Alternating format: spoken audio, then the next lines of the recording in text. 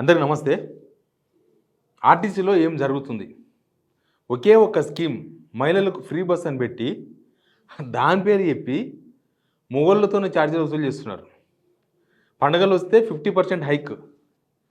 ఇప్పుడు అఫీషియల్గానే బస్ ఛార్జీలు పెంచేసిండ్రు, bus pass ఛార్జీలు పెంచేసిండ్రు. ఆర్టీసీకి డబ్బులు వచ్చే కార్గోను ప్రైవేటీకరణ చేసిండ్రు. 30 ఏళ్ళకెళ్ళి ఉన్న ఆర్టీసీలో ఉన్న స్క్రాప్నంతా అమ్మేసుకున్నారు. జాగలను ప్రైవేటులో లీజుకి ఇచ్చారు. Gowlipura bus stand, Gowliguda bus stand. ఇట్లా మొత్తం ఇప్పుడు డీజిల్ బస్సులు మొత్తం తీసి అవుటర్ రింగ్ రోడ్ అవతల పంపిస్తామని 2500 ప్రైవేట్ బస్సులే అవి, కరెంటు బస్సులు, ఎలక్ట్రిక్ బస్సులు తెప్పిస్తున్నారు. ఇప్పుడు ఉద్యోగులకు వాళ్ళకేం పిఆర్సీ ఇవ్వలేదు. ప్లస్ ఈ ఉచిత బస్సు, మహిళలకు ఉచిత బస్సు డబ్బులు ఆర్టీసీకి ఇస్తలేరు. ఇట్లా ఇన్ని గడబలు ఉన్నాయి. అసలు ఆర్టీసీని వీళ్ళు ఏం చేద్దాం అనుకుంటున్నారని చాలా ఇంపార్టెంట్ పాయింట్. అన్ని విషయాలు మీద మాట్లాడదాం. ఆర్టీసీ మనది, అది మంచిగా ఉంటే మనం పోతాం, దాన్ని తిరుగుతాం. అది తక్కువ ఉంటే మనలాంటి వాళ్ళకి చాలా మంచిది.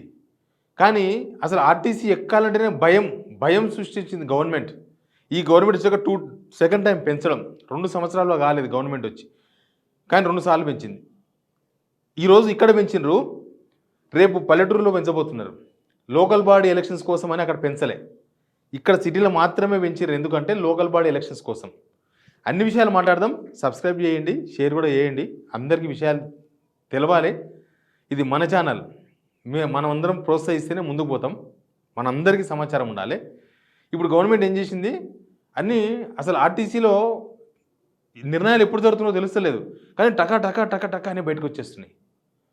ఒక నిర్ణయం వస్తే దాని మీద కొద్దిసేపు మాట్లాడచ్చు. ఒకటేసారి నిర్ణయాలు మొత్తం వస్తే ఆర్టీసీని ముంచనికైనా, ఆర్టీసీని ఉంచనికైనా, ఆర్టీసీని లేకుండా అయ్యనికైనా, ఆర్టీసీని అమ్మేనికైనా ఏం అర్థమైతే లేదు. ఎందుకంటే ఇప్పుడు హైదరాబాద్లో పెంచారు రేట్లు. హైదరాబాద్లో మెట్రో ఉంది, ఇవి ఉంది, ఈ 2 ఫ్రీ బస్, మహిళలకు ఫ్రీ బస్ రాష్ట్రం అంతా ఉంది, హైదరాబాద్లో కూడా ఉంది. ఇప్పుడు ఆల్రెడీ ఆ ఫ్రీ బస్ పేరు చెప్పే ఆర్టీసీ ఛార్జెస్ ఏడాపేడా పెంచారు. ఆ పెంచడంతోన మెట్రో తక్కువ, లేకపోతే పబ్లిక్ ట్రాన్స్పోర్ట్ కన్నా ప్రైవేట్ ట్రాన్స్పోర్ట్ తక్కువ. అరే దీనికన్నా కార్లో పోతే కొంచెం తక్కువ అవుతుంది, 2-3 కలిసి. ఏమో బండి తీసుకొని బండిలో పెట్రోల్ పోసుకొని తిరిగితే బస్ కన్నా చీఫ్ అవుతుంది. ఆ ఐడియాలు వచ్చినాయి జనాలకి. అంతకుముందు పెంచినప్పటి నుంచి అదే ప్లాన్ అమలు అవుతుంది. ఇదే ఉచిత బస్సు ప్రయాణము మెట్రోను లాంచ్ చేసింది. మెట్రో నష్టపోయింది. ఎందుకు అంటే మహిళలంతా ఇంత ఇరుకుడమైనా సరే, బస్సులు లేకున్నా సరే, గవర్నమెంట్ ఇచ్చిన అవకాశం కదా, వినియోగించుకుంటారు ఎవరైనా సరే. బస్సుల సంఖ్య పెంచలే, కానీ దానిలో కొట్టుకోవడం, తిట్టుకోవడం ఇవన్నీ కూడా జరుగుతున్నాయి. ఇప్పుడు ఏంది, బస్ పాస్ ఛార్జీలు మొన్ననే పెంచారు. ఇప్పుడు లేటెస్ట్గా టికెట్ల ధర పెంచారు. మొదటి 3 స్టాపుల వరకు 5 రూపాయలంట. ఏంటి 5 రూపాయలంటే? 3వ స్టాప్ నుంచి పైకి 10 రూపాయలంట. 15 అయింది, 15, 20 అయింది, 20, 25 అయింది. దీని బదులు ఒక ఆటో బుక్ చేసుకొని పోతే తక్కువ అయితే అట్టుంది. లేకపోతే బైక్ 20 రూపాయలు మినిమం మనం పోవచ్చు. దగ్గర నియరెస్ట్ ప్లేస్ 3 కిలోమీటర్లు పోవచ్చు.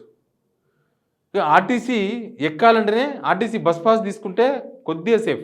ఆర్టీసీ బస్ పాస్ కూడా 1150ని 1450 చేసిర్రు. 1450 పెంచిర్రు, 1050, 250 రూపాయలు పెంచారు ఒకటేసారి. 4-5 మంత్స్ అయింది పెంచి. ఇప్పుడు టికెట్ ధరలు పెంచారు. అసలు దీనిలో ఆర్టీసీ అనేది ఒక ప్రజా రవాణా సంస్థ.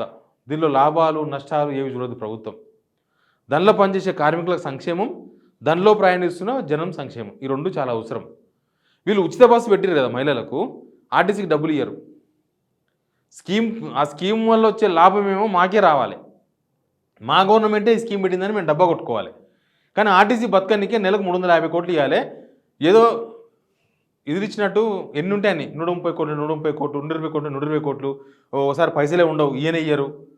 దానికి ఎన్ని పైసలు బాగున్నారో గవర్నమెంట్కే లెక్కలేదు. ఇక ఈ బస్ పాస్లని, జర్నలిస్ట్ బస్ పాస్లని, సీనియర్ సిటిజన్స్ బస్ పాస్లని, స్టూడెంట్ బస్ పాస్లని సబ్సిడీ అవన్నీ గవర్నమెంట్ కట్టాలి. అది లేనే లేదు. ఇంకా ఏడికెళ్ళి ఆర్టీసీ బాగుపడుతుంది? అసలు జనాల మీద ఎంత భారం తెలుసు. ఆర్టీసీ బతకడం ఒకటే కాదు, జనాలకు కూడా ఎంత భారం. జనాలకు గవర్నమెంట్ ఏం డబ్బులు ఇస్తలేదు.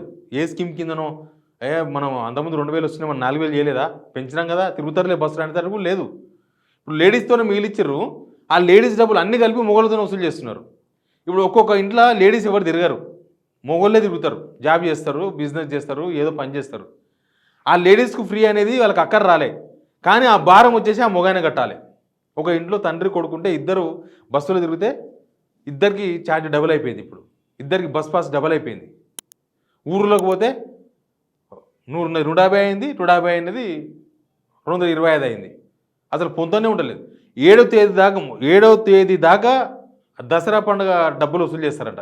ఇలా కథ చూసిన ఎట్లున్నది అంటే జనాలు ఎక్కువ తిరిగితే చాలు పైసలు వసూలు చేయాలి. ఇది ఎట్లా అయిపోయిందంటే ఎయిర్టెల్ ఉంటుంది చూసినావా, ఎయిర్టెల్, జియో, బిఎస్ఎన్ఎల్ లేకపోతే ఎయిర్టెల్ ఒకటేసారి పెంచి పడేస్తారు రేటు.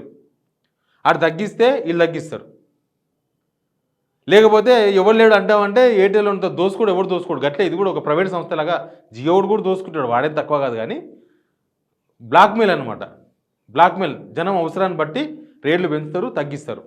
అవతల కాంపిటీటర్ని బట్టి జనం రేట్లు పెరుగుతాయి, తగ్గుతాయి. సేమ్ ఇది కూడా అంతే. ఇప్పుడు ప్రైవేట్ సంస్థలాగా తయారు చేసింది, జనాలకు భారమే. ఇక బస్సులు ఎక్కి 20 రూపాయలు పెట్టి ఒక షాప్ కోసం 15 రూపాయలు పెట్టి పోయే బదులు ఆటో ఆయనకు 10 రూపాయలు ఇస్తే దింపేస్తాడు. ఆ స్టేజ్కి వచ్చింది కదా. 7 సీటర్ ఆటోలు గవి ఇవి ఎందుకు పెంచారు చెప్పండి? ఏమైనా డీజిల్ ధరలు పెరిగినాయా? తగ్గినాయి. ఇంకా డీజిల్ ధరలు తగ్గినాయి ఆర్టీసీలో. సరే, అప్పుడు డీజిల్ ధరలు పెరుగుతాయి, పెరిగినప్పుడు జనాల మీద భారం వేయాలి కాబట్టి పెరిగితే ఓకే. వాళ్ళు ఇప్పుడు ఎందుకు పెరిగింది? మీరు ఏమైనా ఆర్టీసీలో రిక్రూట్మెంట్ చేసినారా ఎంప్లాయీస్ని కొత్తగా? ఏం చేయలేదు.